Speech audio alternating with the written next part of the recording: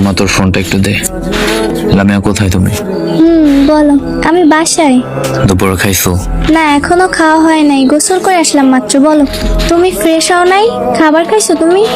না, এখনো কিছুই করিনি। একটা হেল্প লাগবে লামিয়া। কি বলো?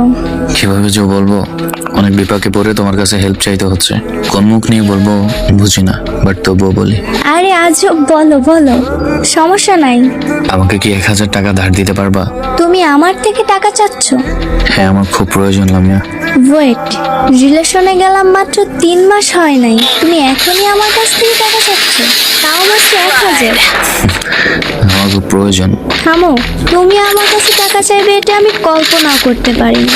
ছি, আমি তোমার মতো লোভী একটা ছেলের সাথে রিলেশনে গেছি। এখন হয়তো বলবে সামান্য 1000 টাকার জন্য আমি তোমাকে কেন অপমান করতেছি। আমি তোমাদের মতো ছেলেদের ভালো করেছি। আজকে সামান্য, কালকে আরেকটু বেশি, আবার আরেকদিন এত হাজার, ইত্যাদি। তোমাদের মতো লোভী ছেলেদের আমি ভালো করেছি। নিজের প্রতি ঘৃণা হচ্ছে যে আমি তোমার মতো একটা ছেলের সাথে এই কয়দিন রিলেশনে ছিলাম। লজ্জা হচ্ছে আমার নিজের চয়েসের প্রতি। আর কোনোদিন SMS দিবা না আমাকে, দেখা তো দূরের কথা। শেষ আবদার এতটুকু তোমার কাছে, তুমি আমাকে ব্লক করিও না।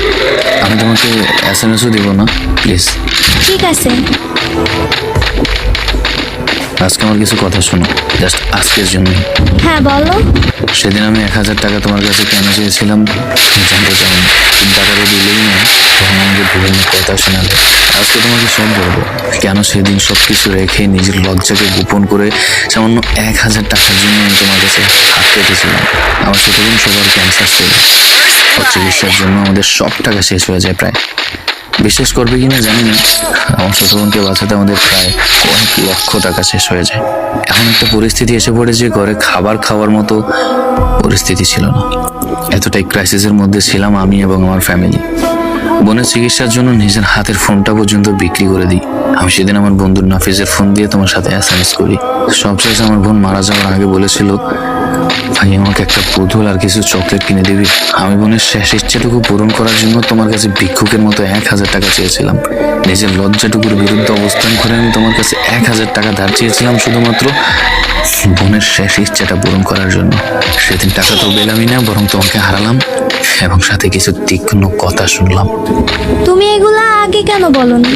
আমি না জেনে কত কি বলছি। আজকে একটু দেখা করবা প্লিজ? প্রয়োজন মনে করি না তোমার সাথে দেখা করা। আমি আমার বোনকে হারিয়ে ফেলছি। ভালো থেকো। তাকে যাচাই করার আগে একবার হলো তার পরিস্থিতি বুঝে তারপর তাকে